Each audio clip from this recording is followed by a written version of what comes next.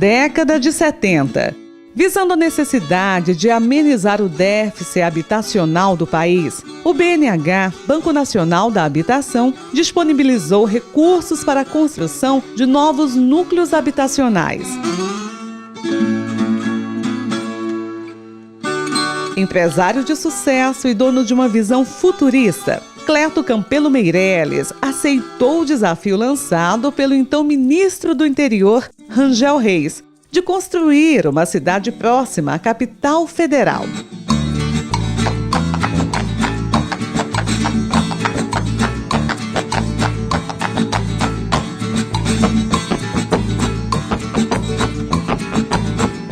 Em 1974, ele adquiriu a fazenda Aracati, cujo proprietário era João Batista.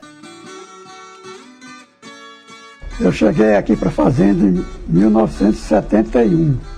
Isso aqui era só mato, o excesso da fazenda era terrível, que era estrada de chão aí muito ruim. Eu vim para trabalhar com o caminhão do senhor Batista, que montou uma fábrica de cachaça, o aguardente. Aí me chamou para trabalhar com o caminhão dele. A cachaça tinha um nome da fazenda, Caninha Aracati. A fazenda era Fazenda Aracati. Aí eu vendia, entregava aguardente em Mesquita, Lusiânia, Gama e Brasília. Eu tinha uma Kombi para fazer a entrega. O caminhão era só para puxar a cana. Em 74, ele vendeu a fazenda, né? Aí eu já passei a trabalhar com o comprador da fazenda, que foi o Cleto Meirelles.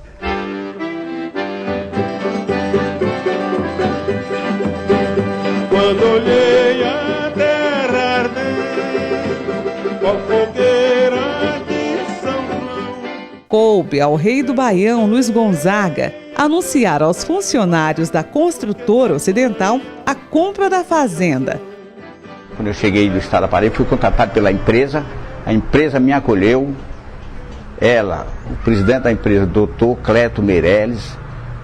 Quando eu cheguei, o nome da empresa era SOTEG, Sociedade Técnica de Empreendimentos Gerais Limitada. Na época, quando eu fichei aqui, nós viemos construir aqui e surgiu o nome da empresa, Construtora Ocidental. O próprio presidente, o Dr. Cleto Meirelles, que descobriu, arranjou o nome, mais os engenheiros, e confirmaram o nome da empresa, Construtora Ocidental, e botou o nome da cidade, Cidade Ocidental.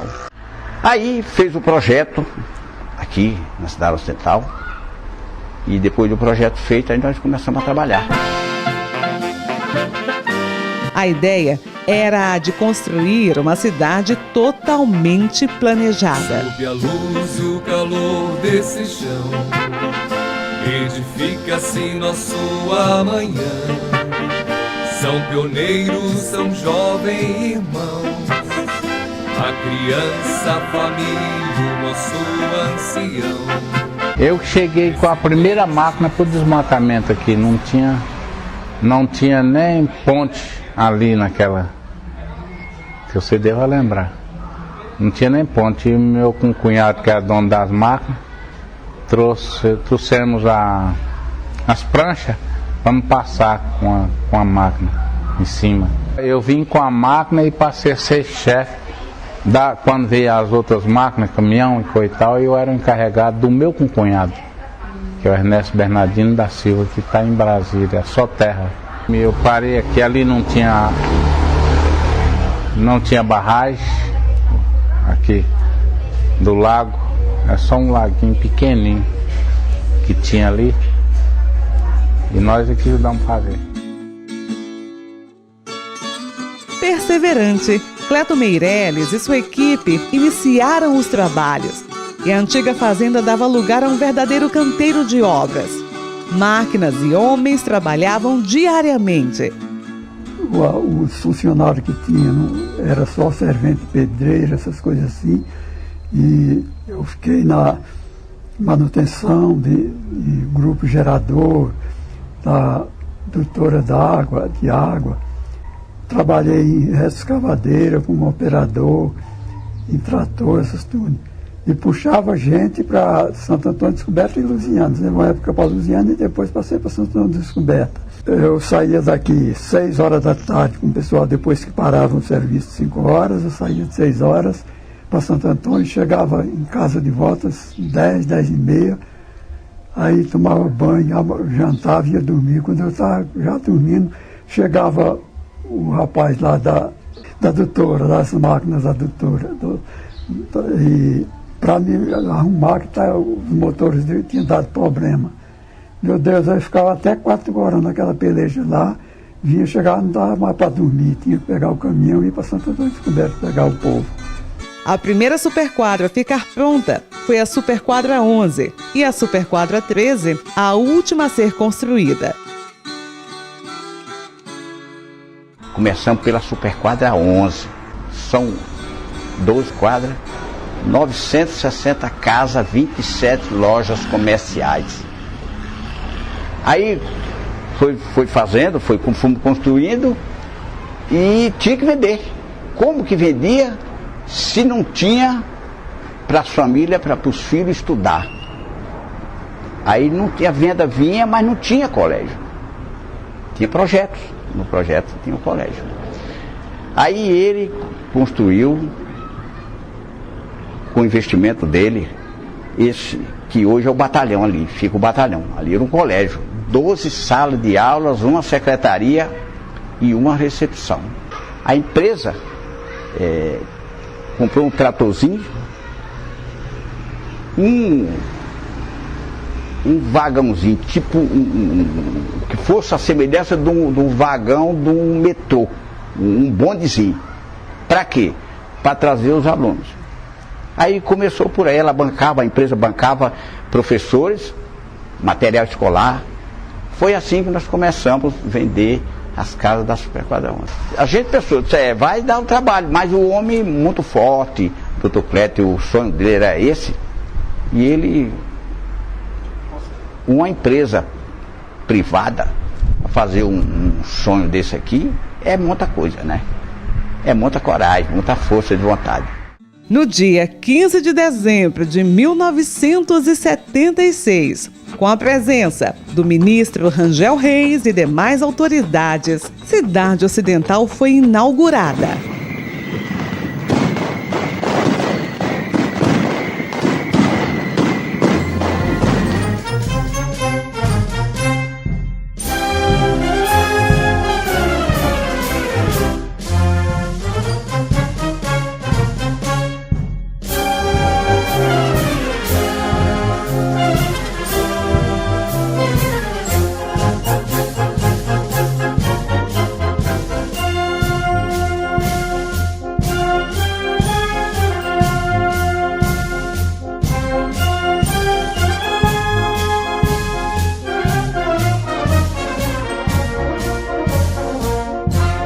Poucos sabem, mas entre todos os núcleos habitacionais que foram construídos ao longo da década de 70, Cidade Ocidental foi o único a ser entregue com toda a infraestrutura.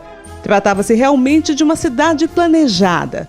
A construtora Ocidental entregou aos novos moradores diversos equipamentos públicos, como unidades de ensino, centros comerciais, áreas de lazer e muito mais. Na televisão, a construtora investiu pesado em publicidade. Em uma das propagandas, um helicóptero sobrevoava a cidade recém-construída e anunciava as vantagens de morar em Cidade Ocidental. Além disso, um folder promocional contendo todas as informações necessárias foi lançado. Aos poucos, o núcleo habitacional foi virando cidade e os primeiros comércios começaram a aparecer.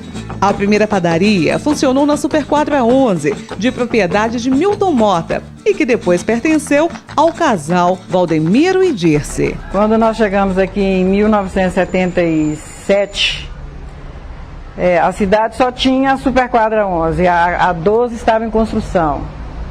E então nós compramos essas lojas, montamos a padaria, o mercadinho. E na realidade antes tinha um outro dono na padaria, nós compramos, ele comprou dele, né? E ali nós começamos a trabalhar, trabalhamos mais ou menos uns 9 anos. Então foi a primeira padaria da cidade, foi a nossa. E então todas as pessoas aqui, que alguns foram embora, outros faleceram, mas ainda tem bastante daquela época, né? Eles todos compravam ali, que era praticamente o único mercado também. A gente veio por esse motivo. Minha mãe morava aqui, eu tinha um irmão que morava em Brasília.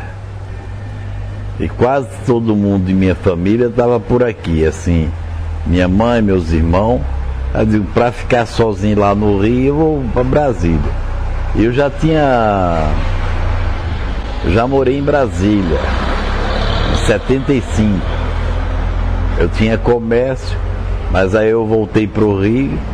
Aí foi que eu resolvi, não, vou morar em Brasília. E foi quando que esse Milton Mota, eu conheci ele há mais tempo.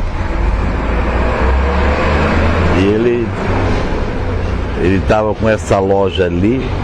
Aí eu comprei dele.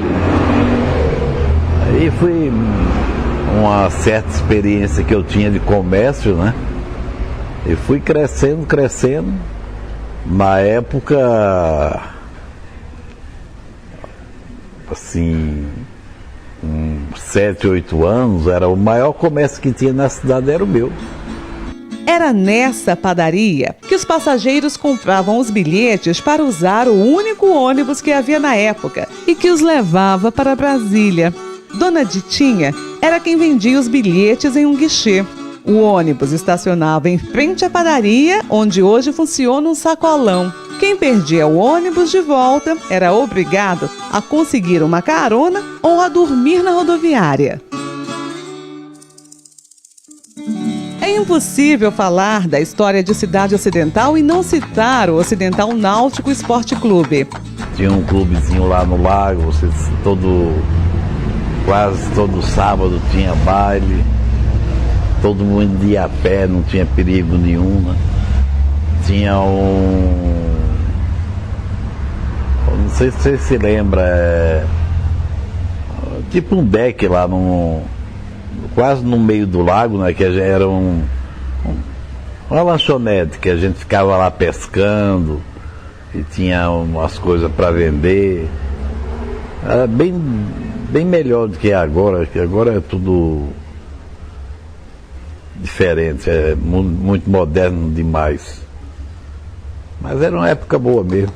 Este grande espaço de lazer foi construído pela Construtora Ocidental e fundado em 15 de maio de 1977, com o intuito de levar lazer aos ocidentalenses e também chamar a atenção dos futuros moradores. Nos finais de semana, as famílias se reuniam no lago e desfrutavam daquela bela área de lazer. Quem é que não se lembra das quadras de esporte, do campo de futebol, dos quiosques, do barzinho flutuante, do galpão e da areia branquinha?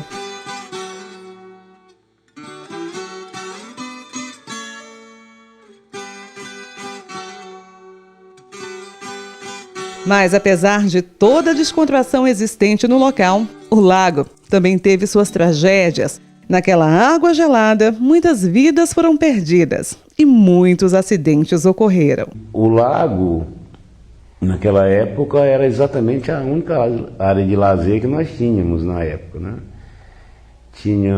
Eles tinham feito tipo um restaurante flutuante, né?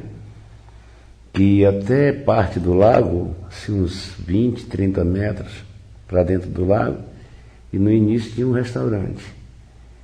E aquela pontezinha que dava para dentro do lago. E ali tinha muito acidente. Por exemplo, pessoas que não tinham conhecimento, às vezes embriagados, pulavam naquilo ali e muitos morriam, né? Até. E foi aí onde o senhor Zé Tavares, que naquela época era um dos funcionários da empresa ocidental, né, da construtora, me via mergulhando e nadando com uma certa facilidade, me convidou para eu tomar de conta caso umas pessoas chegassem a se afogar, né, ou seja, em outras palavras, eu salvar a vida, né? E eu aceitei com muito prazer, né, só final de semana mesmo. E então eu fazia esse tipo de trabalho lá, né? Era um lazer misturado com profissão, aquela coisa toda. E aí foi, né? Mas houve muitos acidentes, muitos afogamentos, né? E tem um que eu não esqueço jamais, foi uma coisa muito trágica, né? Vamos dizer assim, né? Já próximo à entrada do lago, mas ficava encoberto porque as pessoas na época, antes do lago crescer, fizeram uma certa polda de madeira, né? E deixaram aquelas pontas, aquelas madeiras cortadas com as pontas, mas aquilo estava encoberto nem eu mesmo tinha conhecimento daquilo, né? Porque era muito próximo à área do lago, e como tinha aquela parte que não deixava as pessoas entrar, tipo uma cerquinha, né? Mas alguém conseguiu pular, um cidadão chegou a pular em cima daquilo ali, não foi de ponta, ele pulou assim, veio até em cima da coisa e pulou sentando. E ali ficou. Só que ele ficou borbulhando, e eu fiquei estranho aí, porque aquilo era muito raso, era uma coisa que a água poderia dar até acima do umbigo, no máximo, na cintura da pessoa. E ele ficou ali e só ficou borbulhando, e eu corri para tentar ver o que era. Tentei pegar ele por baixo das axilas e puxar, ele estava pregado, né? E aquilo foi uma coisa trágica. Eu mergulhei. Quando eu mergulhei, vi que ele estava sentado sobre a ponta de uma daquelas madeiras cortadas. No entanto, com a construção de um novo espelho d'água, os moradores passaram a usar o lugar para a prática de exercícios físicos. E aos poucos, o lago vai voltando a ser o point de Cidade Ocidental e região.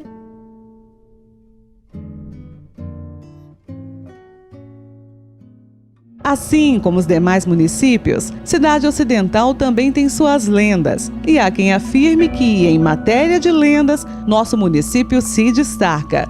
E por falar em lendas, a da Noiva do Lago é a mais conhecida e propagada pelos moradores, principalmente pelos mais antigos. Segundo o mito, uma mulher estava se dirigindo à igreja para se casar quando o veículo que a conduzia perdeu o controle e caiu na água gelada do Ocidental Náutico Esporte Clube. E a noiva não conseguiu se salvar.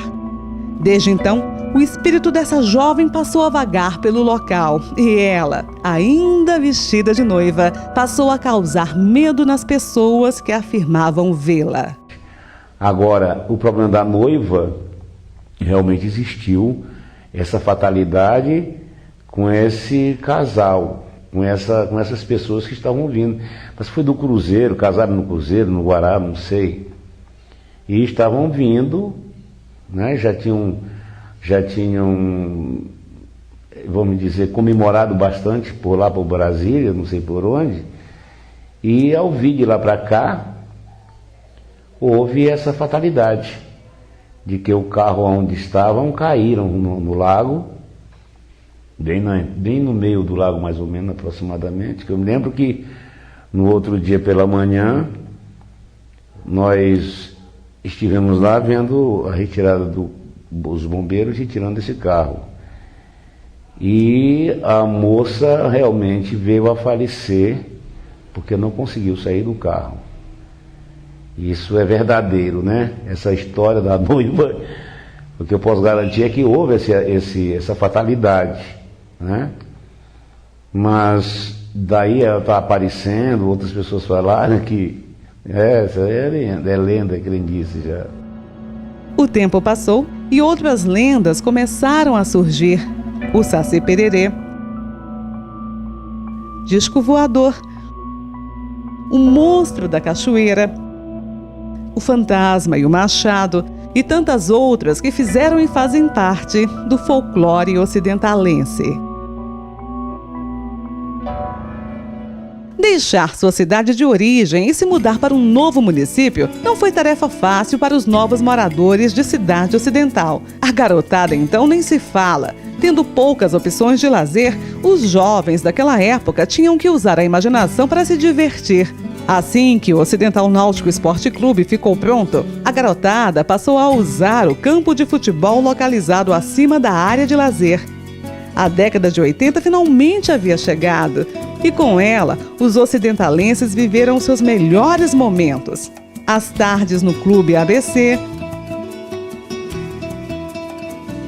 a famosa cachoeira e o Poção. Quem é que não se lembra das ruas de lazer? Dos bailes de carnaval no lago, do Vem Viver e do Amor em Mil. Mas quem contagiou mesmo a galera foi a Holiday, que marcou uma geração com grandes shows como o Esquema 6 e os desfiles de beleza.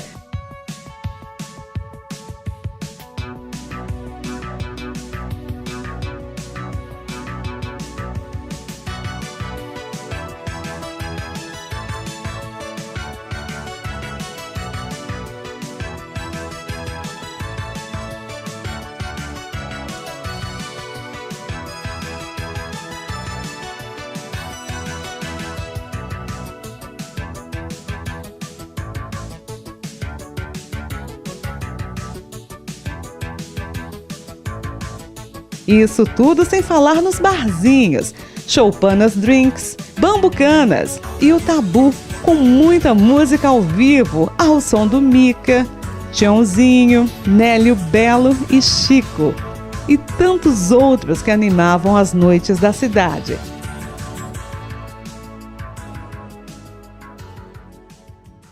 Aos poucos, Cidade Ocidental foi crescendo e com seu crescimento vieram os problemas. Lusiânia, a cidade-mãe, já não conseguia atender as demandas do núcleo habitacional. Os problemas eram os mais diversos: falta de infraestrutura, constantes quedas de energia e falta d'água.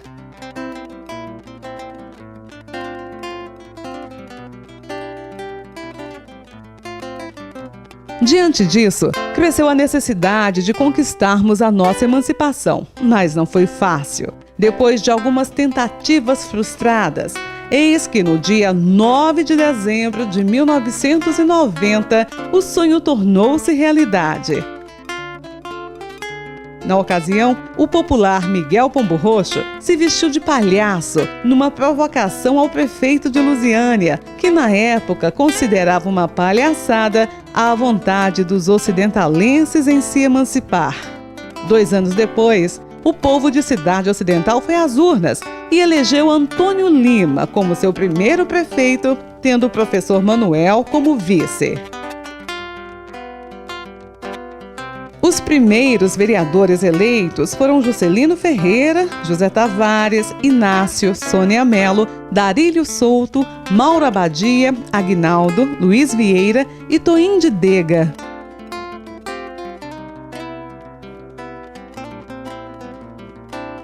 Quatro anos depois, foi a vez de Mauro Abadia e seu vice, Bené, conduzirem o município. Em 2000, Plínio Araújo, que fora derrotado na eleição anterior, obteve êxito e foi eleito prefeito juntamente com seu vice, Edir Castelli. Na eleição de 2004, Plínio Araújo entraria para a história por ser o único prefeito a conquistar a reeleição. Sônia Melo foi a sua vice. Plínio Araújo caminhava para o término de seu segundo mandato e já preparava um nome para lhe suceder. Mas em março de 2008, esse projeto foi interrompido. Após fazer uma cirurgia de redução de estômago, Plínio Plínio sentiu-se mal e voltou a ser internado.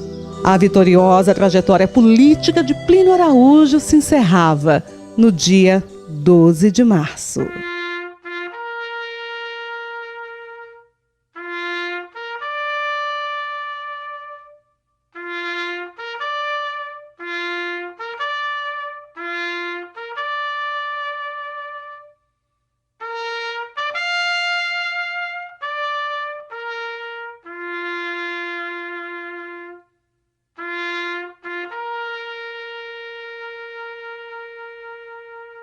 Com a morte de Plínio, Sônia Mello assumiu o comando da prefeitura. Na eleição daquele ano, Alex Batista e sua vice Malvina foram eleitos. A eleição de 2012 teve 3 resultados históricos. Douglas Martinho foi o candidato mais jovem da história a assumir a vereança. A disputa eleitoral é muito interessante. O preconceito que se existe não é da população. A população acredita-se na juventude, acredita em novas ideias. A grande dificuldade, às vezes, é dos próprios políticos antigos, que às vezes estão na política, que às vezes ficam com desconfiança se vai conquistar, se vai vencer, se não vai, qual o potencial eleitoral. Mas, graças a Deus e a força do povo ocidentalense, eu consegui esse objetivo, que é representar a cidade ocidental aqui no Legislativo, sendo um dos vereadores mais jovens, sendo o vereador mais jovem eleito, sendo até o vice-presidente mais jovem dessa casa, que cheguei a assumir já em algumas sessões. Então foi uma honra imensa, foi uma felicidade imensa quando saiu o resultado, que eu recebi a notícia que tinha vencido as eleições. Foi uma emoção muito forte que me emocionou, que eu vinha chorar de alegria de ser um vereador em nosso município. Paulo Rogério, o primeiro candidato a ultrapassar os 1000 votos. Não dá para esconder que a gente fica bastante lisonjeado, né? Não me envaidece, isso não me envaidece em nada, muito pelo contrário, me deixa feliz por saber que ter ultrapassado a barreira dos 1000 votos, ter tido 1.038 votos na reeleição para esse segundo mandato, isso simboliza e representa a consolidação de um trabalho que nós fizemos durante 4 anos no primeiro mandato de vereador. A primeira eleição de vereador, 542 votos, se traduz no trabalho que fizemos, voltado mais para o servidor público da cidade ocidental, né? E conseguimos aí 542 votos por conta do trabalho que fizemos à frente do sindicato. Já os 1.038 votos, eles demonstram que são votos, além de servidores, mas existe uma representatividade muito grande por parte dos eleitores da cidade ocidental, né? E quando eu digo que fico feliz é porque, na verdade, isso é fruto, isso é a consolidação de um trabalho que foi feito. Isso mostra que a sociedade está mais exigente, que o eleitor está mais apurado, ele está cobrando mais, né? E que está amadurecendo politicamente. Gisele Araújo derrotou o candidato petista Lula e passou a ser a primeira mulher a ganhar nas urnas o direito de governar Cidade Ocidental. Começou primeiro chegando em Cidade Ocidental com o sonho da casa própria. Naquele momento tinha chegado, constituindo família e o sonho, não tinha condições de pagar aluguel em Brasília e viemos para a Cidade Ocidental. E aqui, como professora, eu fui professora do estado, depois fui professora também concursada do município, né? Comerciante, fiquei muitos anos no ramo de material de construção, atendendo no balcão, atendendo a comunidade. E também depois fiz parte de dois mandatos na administração do prefeito Plínio, onde eu tive a oportunidade de ficar por 5 anos na pasta da Secretaria da Assistência Social. E lá desenvolvemos vários projetos. E isso, eu acho que tudo isso me deu uma credencial para que eu pudesse chegar a ser prefeita, né? Eu não era simplesmente ou uma primeira-dama ou a esposa do prefeito. Eu assumi uma pasta da qual eu pude contribuir com o município também, desenvolvendo os projetos, buscando as famílias, sabendo toda a problemática. Então, assim, eu tive uma participação muito ativa na questão da administração. E aí, eu acho que tudo isso me deu um credenciamento para que eu pudesse chegar a ser prefeita, né? Então, eu quero, assim, deixar minha marca registrada de poder também ter contribuído na minha gestão como prefeita das obras realizadas, do que nós almejamos para a nossa querida cidade ocidental, porque eu falo que o meu compromisso é bem maior do que ser prefeita, né? Eu sou moradora daqui, sepultei o meu marido aqui, então não tenho interesse nenhum de sair de cidade ocidental. Então, o que eu puder contribuir enquanto prefeita, eu sempre bato nessa tecla. Quanto eu puder contribuir enquanto prefeita, eu quero deixar a nossa marca aqui, porque a questão de você estar aqui, você como moradora, como cidadã comum, você tem a sua forma de contribuir. Mas como prefeita você tem essa condição de realizar os benefícios. Então eu tenho buscado bastante as parcerias para que a gente possa fazer isso. E o resultado no final do meu mandato eu vou ter a condição de fazer essa prestação de contas para toda a comunidade.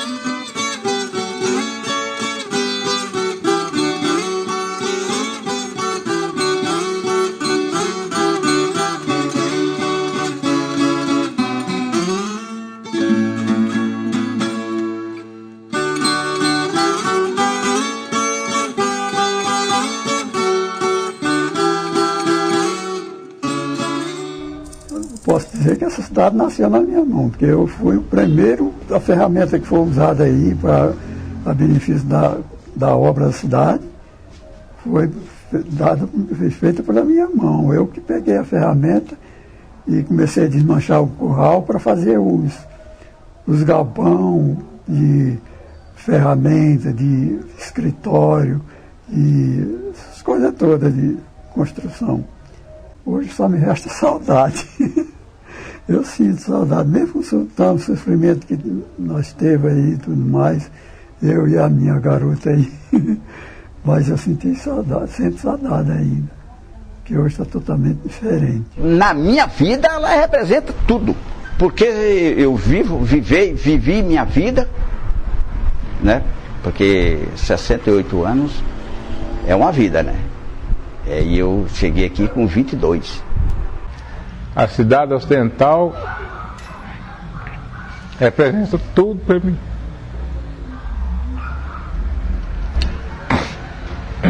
Aonde eu criei minha família, meu filho está chegando, nasceu aqui, todos dois.